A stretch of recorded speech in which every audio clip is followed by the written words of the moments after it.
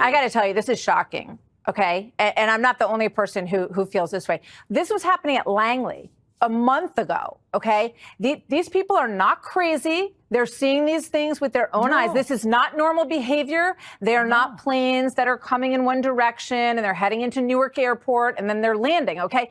We spend $824 billion on defense. We have the greatest intelligent capability in the world. So how can you stand there and say to the country right now, gosh darn, we just don't know what these are? Because I'm not going to lie to you or to the American people, and I'm not going to say we know something when we don't. The drones over New Jersey story continues. I have no unique information, and I won't speculate about this. However, it is apparent that the government isn't being straight with us. And I don't know what's more alarming, that the government may not know something it should know, or that the government is lying, does know, and just won't come clean. If the drones are them, they could resolve all of this anxiety by simply stating that they are conducting a classified drill or operation, and then advising that the civilian population is not at risk. I'm not sure how much things will change with Trump, but it will be good when these Biden people are finally gone. The government knows what is happening. Look, our military knows where they took off from. If it's a garage, they can go right into that garage. They know where it came from and where it went. And for some reason, they don't want to comment.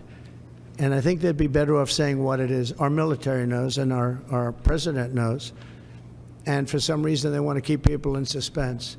I can't imagine it's the enemy, because if it was the enemy, they'd blast it out. Even if they were late, they'd blast it. Something strange is going on. For some reason, they don't want to tell the people, and they should, because the people are really, I mean, they happen to be over Bedminster. Will you know the truth? They're very close to Bedminster. I think maybe I won't spend the weekend in Bedminster. I've decided to cancel my trip. Have you received an intelligence briefing on the drones? I don't want to comment on that. Robert Kennedy started making the rounds through the Senate to prepare for his confirmation hearing to head the Department of Health and Human Services. His nomination is fiercely opposed by the medical industry, and so the mockingbirds are out in force. RFK is a person who said that HIV did not cause AIDS. This is a person who was opposed to the coronavirus vaccine, something that I think most Americans would agree right now is a good thing. Mm-hmm. Most Americans may agree that the coronavirus vaccine is a good thing. However, this is not because they have studied reliable reports of research performed in the best traditions of science. They believe this because they are victims of propaganda. After the war, the CIA interrogated some high-level Nazis to learn their secrets of population control. The lessons were developed into a manual on psychological warfare. One thing the Nazis taught was that it is possible to induce a mass hypnosis on a population. In fact, they believed that they could instill any delusion in the people by controlling a few variables. First, you must isolate the people. Second, you must pound your message of fear every day and across all media. And third, you must allow no outside corrective. It's easy enough to prove that the censorship regime does not permit discussion of true facts about many controversial and highly profitable medical products. Instead, what is spread on the media is material which appeals to man's worst instincts, which is to be treated like a child. Don't worry, Daddy will take care of you. It's like magic. I went from admitting a child every couple of weeks with Hib meningitis, Haemophilus influenza type B meningitis, to having that illness disappear over the course of 3 or 4 years. That's how magical these vaccines are, and we have to treat them with the respect that they deserve. Yeah. I mean, I go get my flu shot every year, and I don't get the flu. I just wish people would understand that these vaccines do work. But Dr. Hotez, always appreciate your time. Thanks so much. We'll have you back soon. Even the most TDS afflicted have to recognize that Trump's election is remarkable.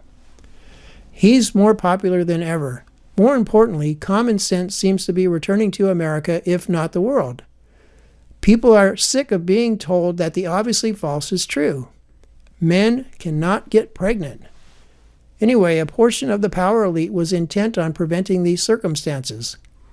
They did everything they could to keep Trump off of the ballot, to bankrupt him, to imprison him, and even to kill him.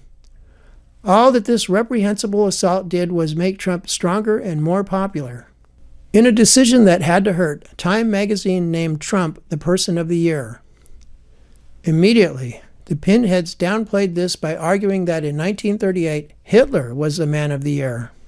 And then, just as predictably, they tried to belittle Trump by claiming that the recognition wasn't something that anyone should feel proud of. These people are pathetic. How important is this for him, this achievement? And what can you tell us about his mindset from this interview as he gets ready to re-enter the White House? Sure, a couple of things. It's hugely important to him, and he has all of these cultural touchstones that are sort of trapped in the 80s, right? And an era Time when, magazine, right, Live, and when national magazines, you know, were huge. So this is very exciting for him. Going and ringing the bell at the stock exchange is very exciting for him, and that's now part of the process of being named Person of the Year. So these are things that he's clearly reveling in, and you could see it when he was there today.